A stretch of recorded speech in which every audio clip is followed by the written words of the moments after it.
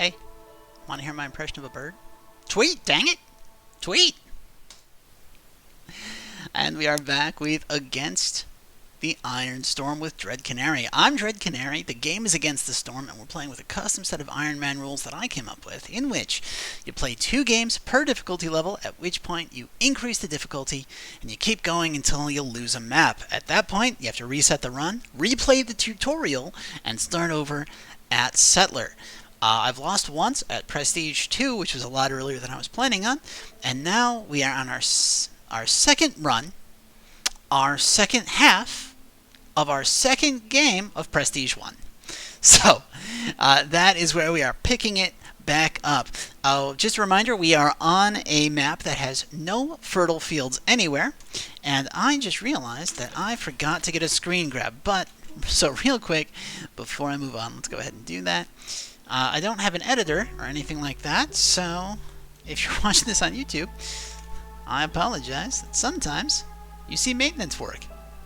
It's just like being live on stream. But that's just going to be our screen grab. Let's say the 28th. There we go. Okay. Now, let's go back into it. So where we were, we're on year 7. We've got about 6 reputation points out of the, 16 that we need on Prestige.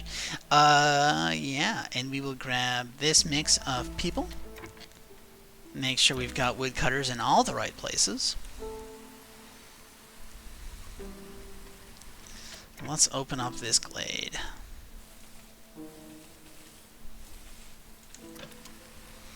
Now that I have parts, I can actually think about adding in a 4th set of woodcutters. Because if you recall, one of our mysteries is rotting wood. That when we are in the storm, any wood cutting is fast, but it doesn't actually give us wood. We chop the trees down, but we don't get anything from it. They kind of fall apart, which, no bueno. Can't do anything with that. We are also stacking anti-hostility modifiers. So going through, for example, we have Calming the Forest, where every 2 solves glade events, dangerous glade events, gives us minus 50 twice. And then we've got the converted rain totem lowering hostility 2.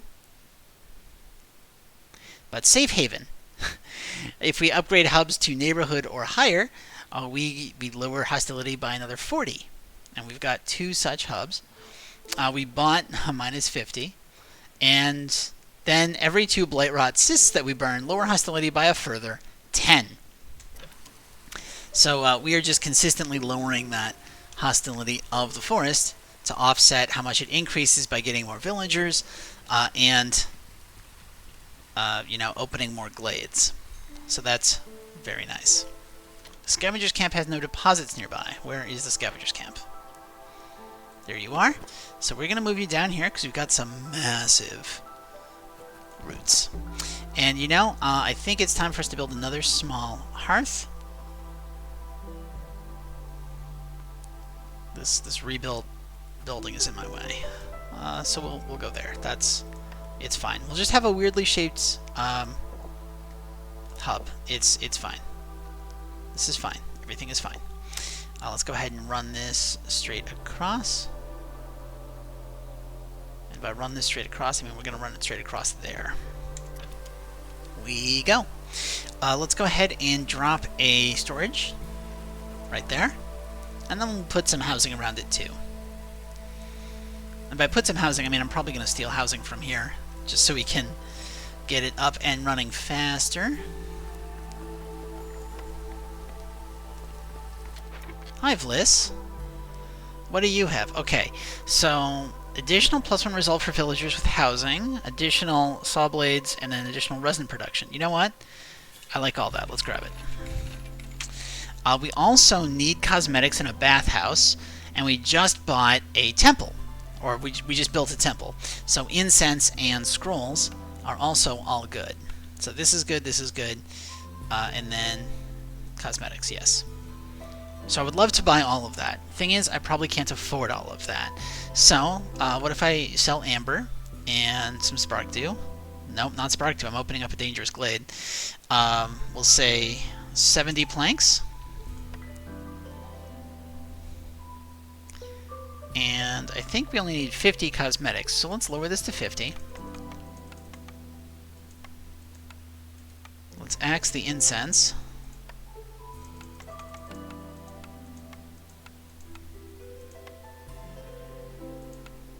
There we go. Trade it. All right. Good. Now I just need to build a bathhouse. Meanwhile, down here, we need resin, of which we only need one more, so that's solid. Did I already send people to work it? I didn't, but let's go ahead and send people to work it now. And let's go ahead and get the resolve bonus. Now the negative for that is that while we are working it, we cannot sacrifice anything in the hearth. But that's fine. Hey, someone showed up in chat. What difficulty is this? This is Prestige 1. So we have not gone up to Prestige 2 yet. That is going to be the next town that we do. Which will not be this stream, or this video. We have beavers. You know what? Let's go ahead and pay to move this set of housing over.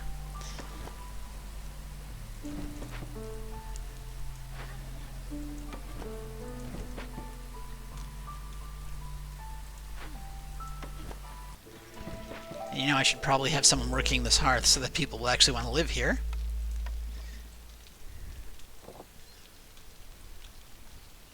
Let's go ahead and move this down.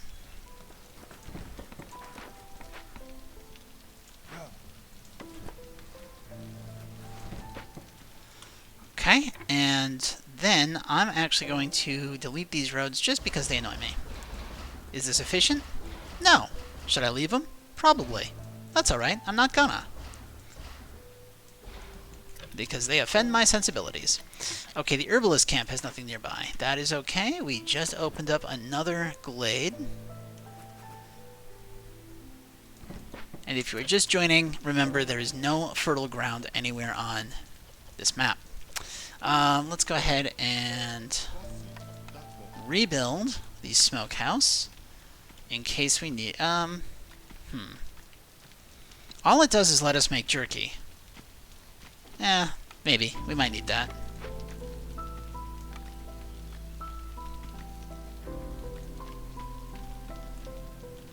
Speaking of... Everybody else got stuff to do? I think so. I could put more people in the rain collector. Maybe the apothecary, which lets us make... Oh, we can make cosmetics out of oil and resin. Speaking of resin, you guys took everything that you needed. Excellent. Let's go ahead and do that. It's an alchemy building, so where can I get another harpy? Ah, yes. Scavenger's Camp doesn't give any bonuses to anybody, so you can just be my spare beavers, and we will make this harpies. So they'll be making cosmetics, which we need. Oh, ooh, but they can also make incense. Do we want this out of oil and resin? And then we're going to make incense out of roots, which we are getting delivered for free. Right, I can do that, and then it's just roots. And I guess wood? We're doing a lot with wood in this town, and I don't know if I'm keeping up with production. I don't have any way to make flour, but if we do get a way to make flour, let's make biscuits out of berries and flour. Okay. That's good, that's good. Cellar, right. We have pottery. I could be making wine. I don't have any way to drink the wine because we don't have anywhere to serve it. And these people don't drink wine just, you know, in public. They're not barbarians. Okay, you know, let's not make jerky because I just got a smokehouse. That's going to let me make that a lot better. Down here, we need some comforting buildings, so let's make ourselves a nice comforting tower. Right here, yep. So, comforting tower is just 4 wall corners closed in on each other. But it counts. It counts, and that is the important bit. And you also need to go up a tier. My word. So I guess that means another comforting tower. Sounds wonderful. Actually, you, randomly, just have a pipe circle. Don't know why you've got a pipe circle, but you do. Nobody knows. The pipes don't go anywhere. They just connect to each other, and they're floating in the air. But that's what we got. We got floating pipes. Don't you hate it when you get floating pipes? If you are afflicted with floating pipes, then you should talk to your... Anyway.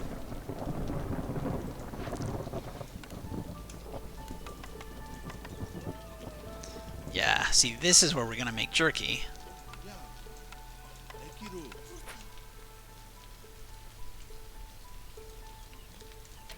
And because we don't... you know...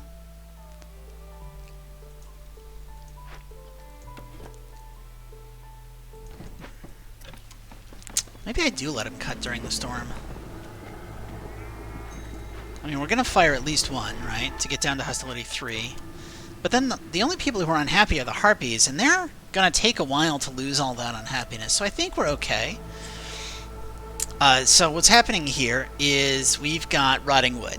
So if you're at hostility 2 or higher, and 3 is higher than 2, then woodcutters cut fast during the storm, but they have a 100% chance to destroy their yields. So basically you cut down the trees, but then the trees just fall apart. They don't go into your stockpile. You can't do anything with them. Which is bad if you really need fuel. But if what you need is space, or you need to make rapid progress towards dangerous glades, it can be nice. Let's go ahead and favor the harpies for the last quarter of the storm.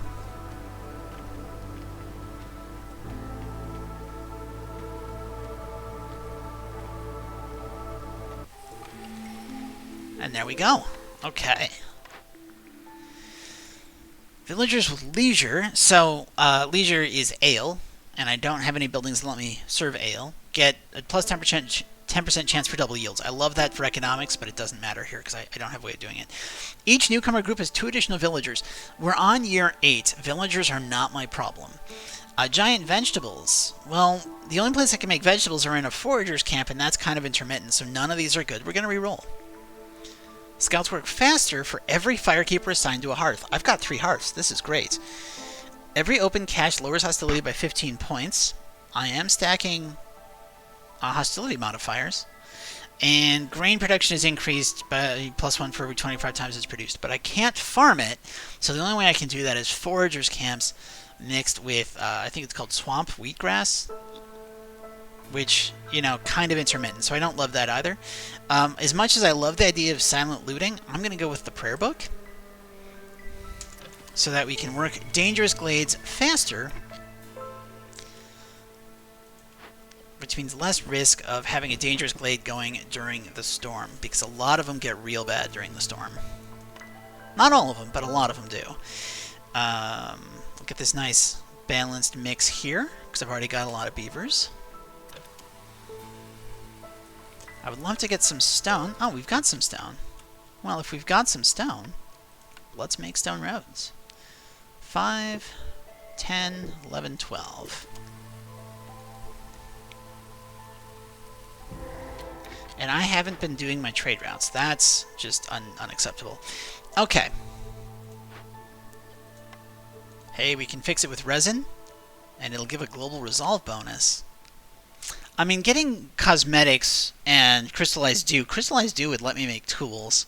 Could be very good, but I like my resolve bonuses, so that's what I'm going to go with. Oh no, I can't sacrifice anything. What am I going to do? We've got a stonecutter's camp that can now get this sea marrow. And we've got a forager's camp that can get these vegetables. So that's good. That's going to get us some food.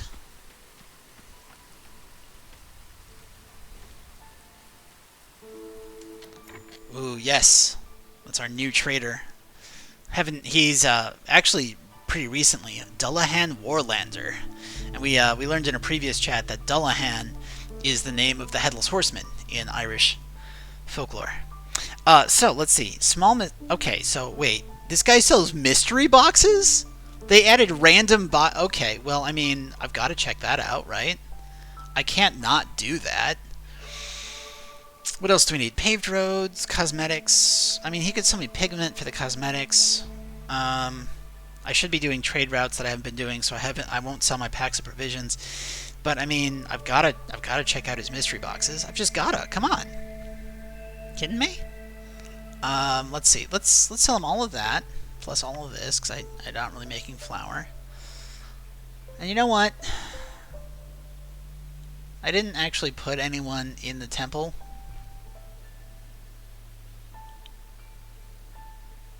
This is a bad idea. I'm doing it anyway for the content. So, please like and subscribe if you're watching this on YouTube. I'm playing suboptimally for content just so we can check stuff out. I'd very much appreciate it. 1, 2, 3, 4. Okay, now that's all I'm selling. So, I guess we're only taking 20.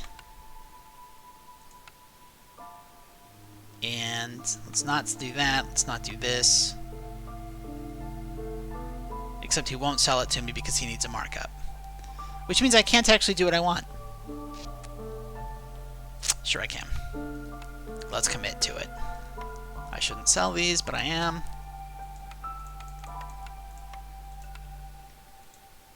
There we go. Okay. So we get a mysterious box full of surprises. Okay.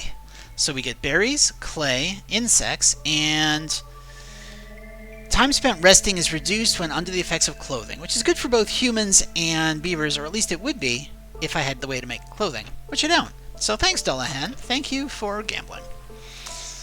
Now, let's look at trade routes, now that I've sold all my packs of provisions. Can't sell that, can't sell that. Ooh, yeah, okay, yeah, absolutely. Yes, sell that too. Cool. And turn on auto-collect.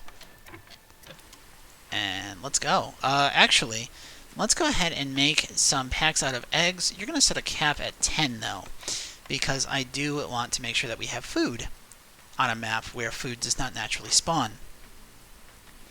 I'm not too fussed about being able to make flour, so let's go ahead and salvage this building. Normally I rebuild all of the buildings, but this building would already let me make flour, as well as copper bars. Whereas this just gives me scrolls and building materials, so no. Harpies. Why are harpies so happy? I mean, they have, okay, specialized housing. Plus, okay, they got the furniture bonus. And we converted it to totem. Wonderful, okay. That's not bad. That's not bad at all.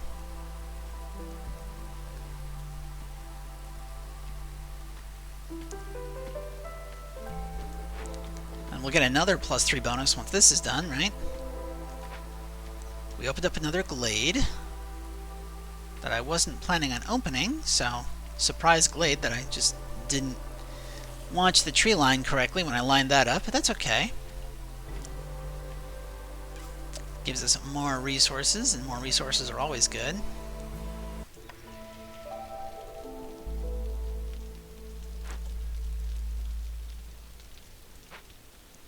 Got a decent amount of wood. I think we stabilized. I think this is pretty good. Yeah.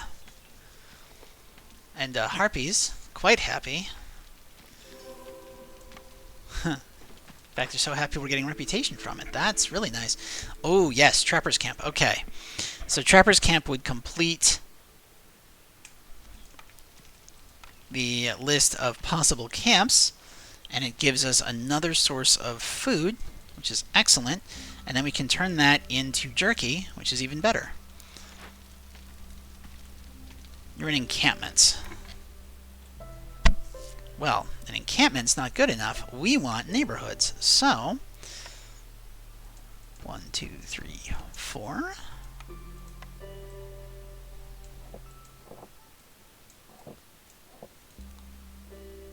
Let's go ahead and expand this a little bit.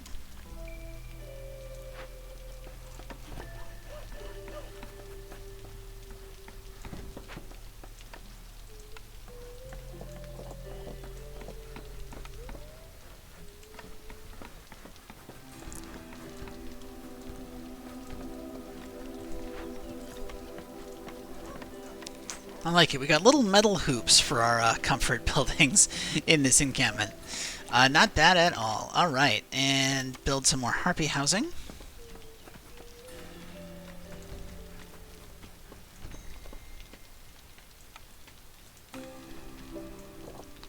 But also some more beaver housing on this side.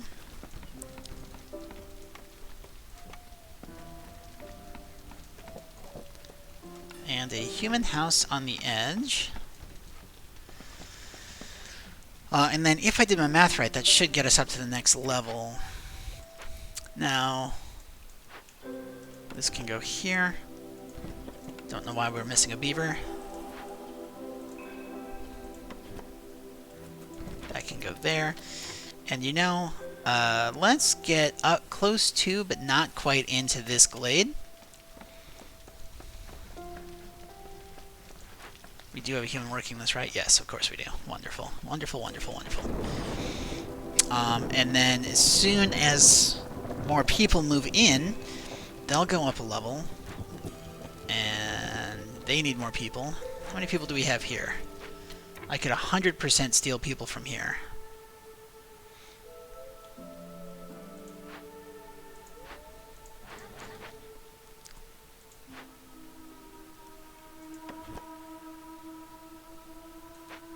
Let's not. Let's just leave it.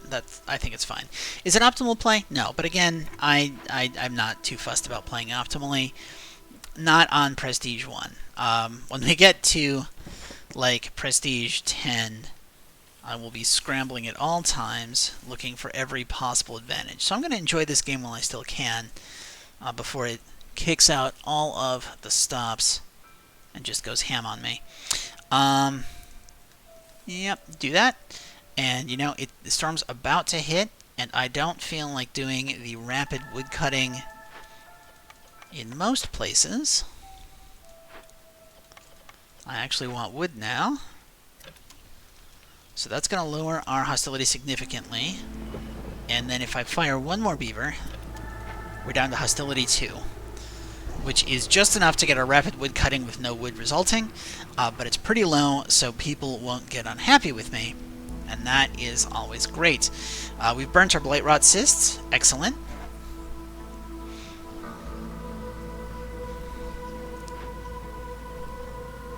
We've got packs of provisions, but costs are higher during the storm. That's what flooded roads is, so we're just not going to do that. Hey, burning the blight rot cyst is lowering the hostility, which means I can put a beaver back in here. That's excellent. Oh, we're burning a lot of cysts now. This is great. Burn them all.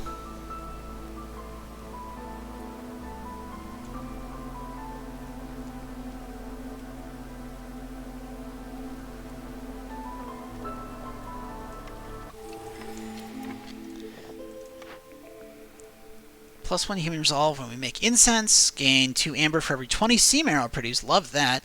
Corruption, every burn cyst removes an additional corruption. No, let's go with golden marrow, because we've been getting quite a bit of that from glades. Speaking of glades, we do want to open this one up as soon as possible, and we do want to repopulate our beaver woodcutting collective.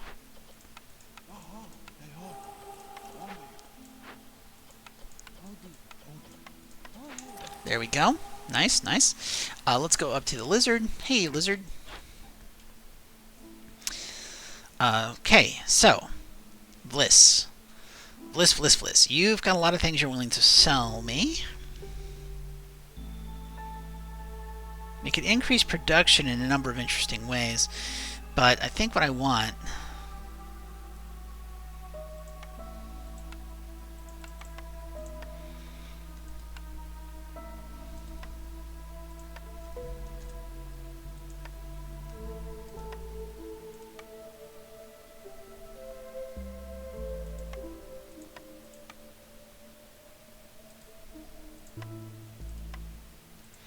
is scrolls.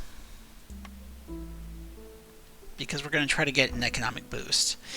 Let's sell 70 of these. Which is not quite enough to get all the scrolls, but it's close. Perfect. That's as close as we're going to get. Nice.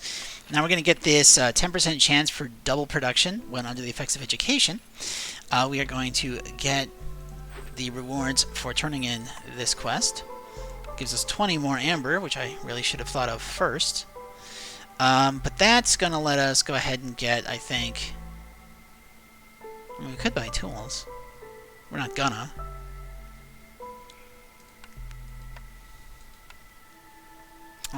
Let's not do that. Let's actually get fabric production, because I don't have any good fabric buildings. Now let's see how much I can get with my amber. Turns out not a lot.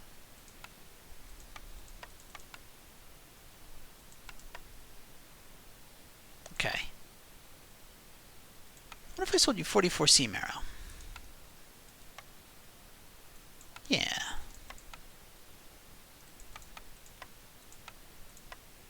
That seems worthwhile.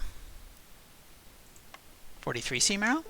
No, not quite. 44 it is. Maybe if we went to 45 and I got...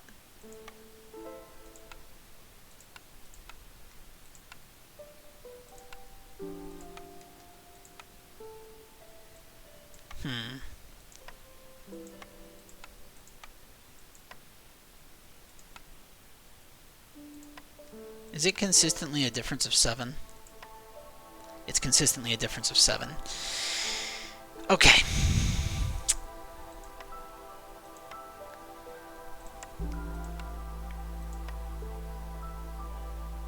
Yeah, it's just going to consistently be a difference of 7, isn't it? Well...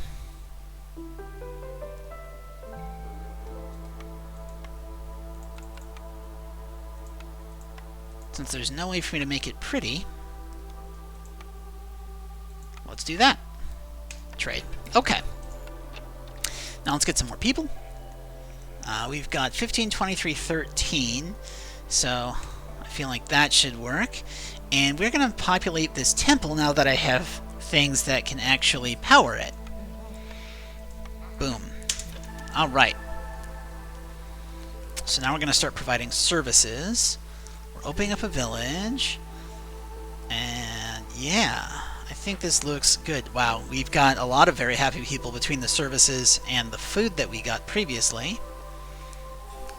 And we should probably look at our possible trades. Nope. Definitely not. No.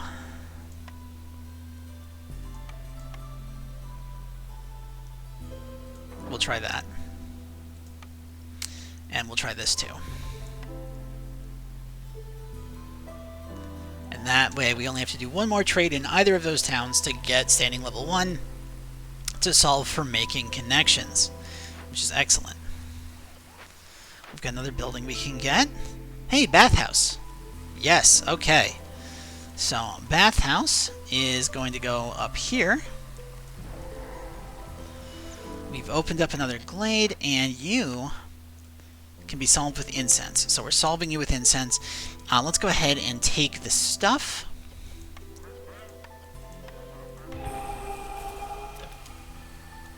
Minus 10 global resolve and 300. Wow, yeah, that's a lot. Harvester's camp has nothing nearby. That is fine. There is lots of plant fiber just scattered around the map that we've opened from all of these glades, which is great.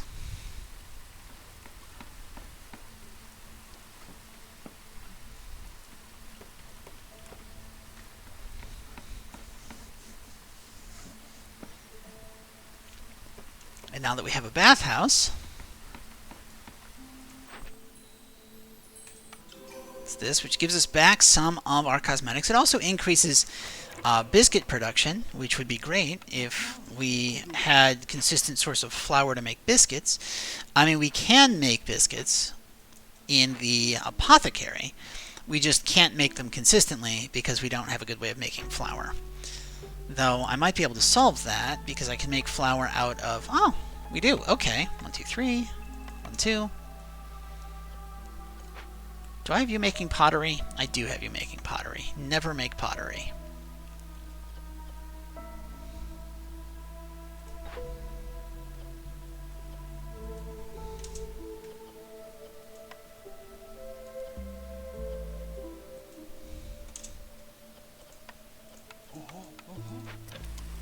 Okay, so now we can make pottery, or sorry, now we can make flour, which will let us make biscuits, which are now being made more efficiently. That's great. Okay, cool. And that gives us another option. So we've already got the ability to make tools. The smithy would give us the ability to make coats, which is okay. The ability to make flour at 3 stars isn't that much better, so it's not really worthwhile. The ability to make ale, I don't have anywhere to serve it, so no. The cooperage isn't really doing anything. Let's re-roll, see if there's anything we're excited about in the next one, and there is the guild house or the artisan, but really the guild house is going to win us the game. Pretty much instantly. The guild house is, like, anytime it shows up, it's an auto win. And you'll see why in a minute. So that's fully upgraded. This does need some more people, so let's make a human and beaver house.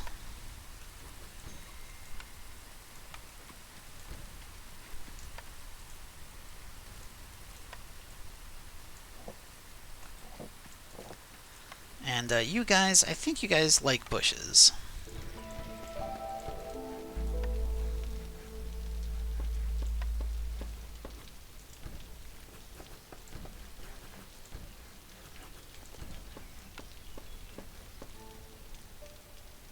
Oh, right.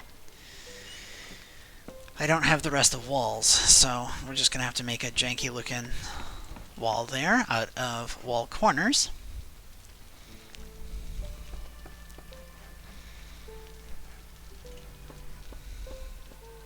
Oh, our stonecutter's camp is out of stuff to stone cut, but that's fine because there is clay right over here.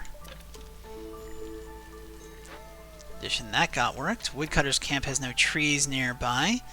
Well, you know, I think we can solve that just by moving you this way.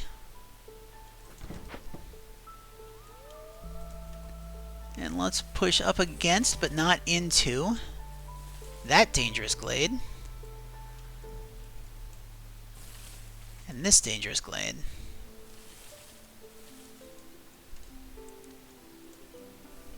Love my straight edges. Woodcutter's camp still has no trees nearby, so let's... You know what? Actually, that's a fine location. We just need to give you permission to cut the trees down. I don't mind that location at all. Dullahan showed up. Hello, Dullahan. More chances for gambling, but I really don't want to sell you anything this time. You know what? Sure. If we can get 12 using only Spark Dew, we cannot. Yeah, not worth it. We're not doing anything with him.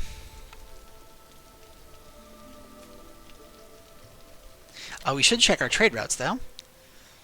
See if Cloaca Town, they do. They want stone. And they want, well, they want berries. So we're selling them berries because we have an quest and an order for paved roads. So let's go ahead and pave some roads.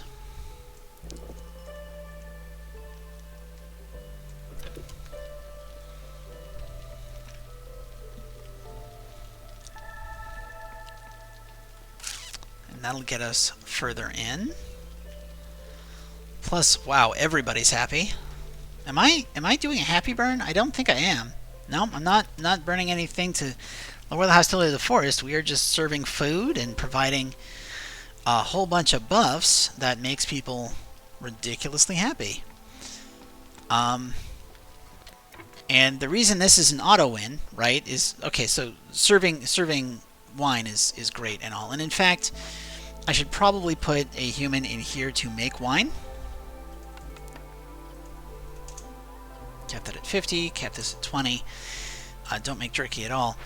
But the reason this is so good, actually, Need to work on my pacing a little better for these videos. My word. Yeah. Anyway, what I was saying. Guild house. So if you put 3 people in here, at 1 people, you get 50% faster trader arrival speed. And that's great. But at 3, you get +1 global resolve for selling goods worth 60. And that is done retroactively since the start of the map. So we are instantly getting +4 global resolve. So in addition to the already ecstatic people, now they are exuberant in their ecstaticness. So we're just going to, what is it? Yeah, we're going to get a reputation point per minute, because until they run out of services to consume, they are just going to be off their gourd with happiness.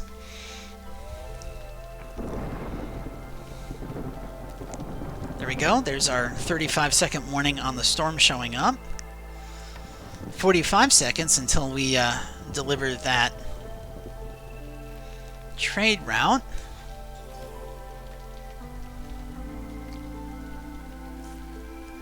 So yeah, this is going way better. Pardon me, way better than I expected it to. Wow, people are very happy. Yeah.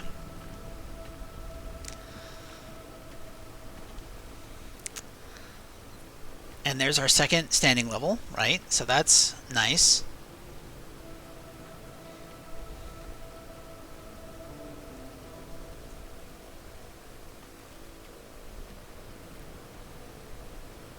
I didn't even fire any woodcutters this season. Just let them go.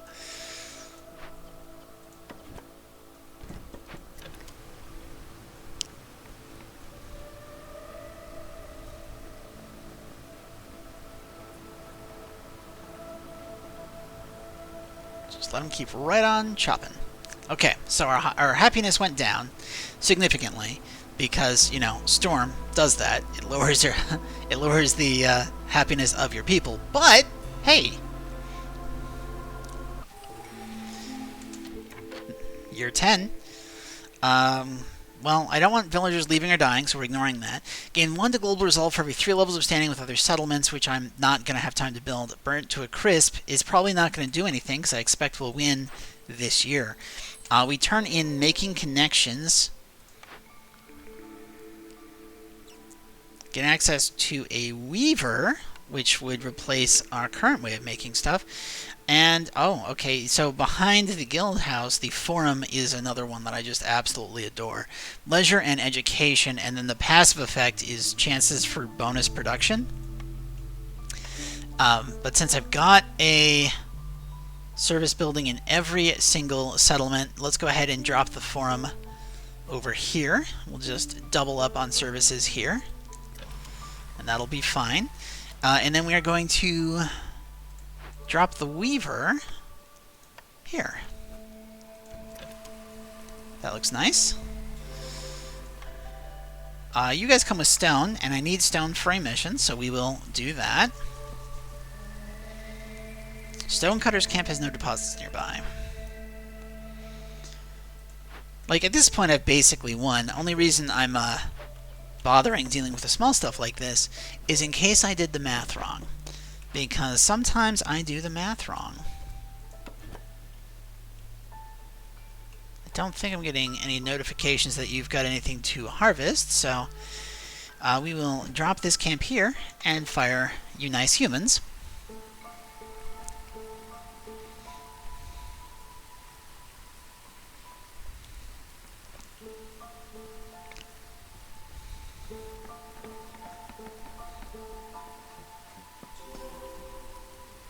And there we go. There's another reputation point from just from resolve. We've got our impatience down to 0. 10 years in, our impatience is at 0, and our hostility is at 5. Not bad. Hello, old Farloff. How you doing? You'll sell me stone. That's great. I mean, I could maybe use tools. Maybe. But I mean, at this point, we're just kind of points maxing.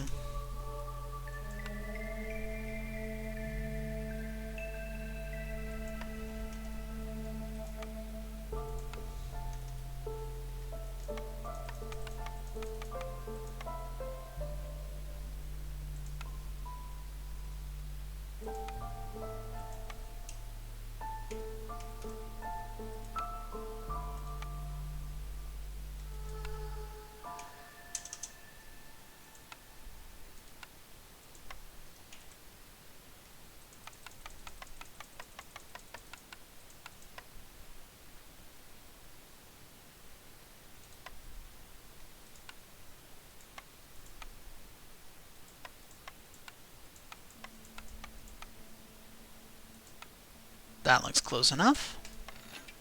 So we trade that. And you know what? I think there is a little bit of a score boost if you get over 50 amber at the end of a map. So let's go ahead and just sell him 50 amber worth of wood. Or we're not selling him 50 amber worth of wood. We're selling to the point where we have 50 amber in the bank using our excess wood. There we go.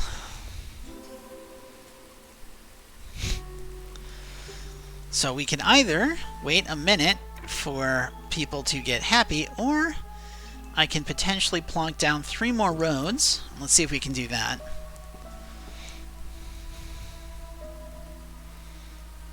Before they get happy. Are we out of... It'd be hilarious if we're out of stone. No, we're not out of stone. Ah, there we go. Okay. Well, we got the 2 types of totem. We've completed 80 orders total, and we won a game near the modifier Barren Lands, giving us 66 food, 24 machinery. Got 2157 score, which is a score I'm actually happy with. Of course, we win with, full reputation and all our impatience left. We completed 7 out of our 9 orders. We did 6 regular events. I think those were mostly rebuilds and opening crates. Did some dangerous events. Did a forbidden event.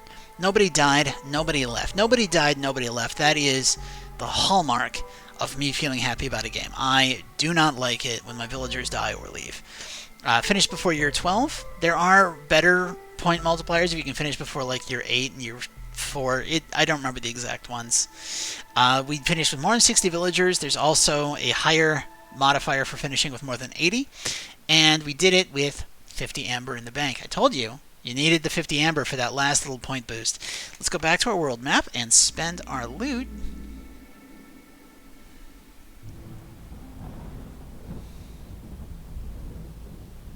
Actually, let's go ahead and finish the cycle. So this shows us everything we gathered, everything we spent, everything we unlocked, and our experience gained. And now we get that nice, wonderful cinematic in which everything goes black. And we are shielded by the power of the Queen. And we start a new cycle with... Okay, we've got some nice modifiers right off the bat. Only dangerous glades. Yeah, that's... We're going to do that. And we're going to do that as the start of Prestige 2. Dangerous Prestige 2, which... doesn't go poorly at all. I say, as the last time that's when I did my run. Hey, we get great gates. That's wonderful. And we get some XP. I love the new XP logo. I'm glad they updated that from the old ribbon. New buildings became available. New trader. A couple of new cornerstones. Very nice. And let's go to our upgrades and spend what we've earned. So obviously we want to finish off this to gain walking speed and being able to move further out. And now going across, we get more time with Queen's Impatience. That might be clutch. I'm probably going to take this. But other factions start showing up in the game. And then we can trade with them, and then we compete with them for points and possible and resources. Another embarkation point, that is huge, as well as walking speed. So, I love these two. Global production speed is nice. Final hub, upgrading to district level, that is big, because that gives a 10% chance for bonus production.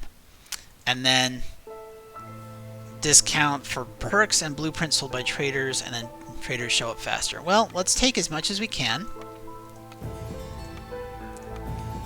Going straight across. We can get all of it. And then we are once again out of food stockpiles. Now one of the questions was, what is Prestige 1? So Prestige 1 just needs 2. Prestige 2, as Blight Rot has a stronger impact. Now, up to this point, we've been largely ignoring the fact that Blight Rot spawns on buildings, and that it then starts corrupting your hearth, and if it gets to max corruption, it starts killing your villagers. I've been completely ignoring it because it's very manageable at the levels we've been playing. But it now grows faster, and I think it has harsher penalties if you fail to destroy it. So you do have to build a Blight Rot Purging Fire factory earlier on and equip your people with packs with which to kill it with fire. That said, let's go ahead and just take a quick look at our upgrades again. You know what? I'm just going to use the same thumbnail for both. Whatever. That said, that is the end of this episode of Against the Iron Storm with Dread Canary. If you made it this long in the video, I very much appreciate your time. I'm going to have to start cutting these off at the 1 hour mark. And so if we have longer halves, it'll be the second part rather than the first, just so I can get a little more consistency in them. But I still appreciate you taking the time to watch me. Remember, if you're seeing this on YouTube, you can catch me live streaming on twitch.tv/DreadCanary, Friday nights at 9:30 p.m., Monday nights at 8 p.m. Eastern. In the event you're watching this before October 31st, 2022, I will not be doing Against the Iron Storm on Halloween. Instead, I've decided to pull out a game from college that's been remastered, and in fact play the first chapter of Diablo 2 Resurrected as a Necromancer on Monday. So if you want to come see that, I'd be happy to help you, to have you here. Otherwise, if you want to stick around and just wait for Against the Iron Storm, that will resume as regular next Friday. I hope to see you in the next one. In the meantime, have yourself a great day.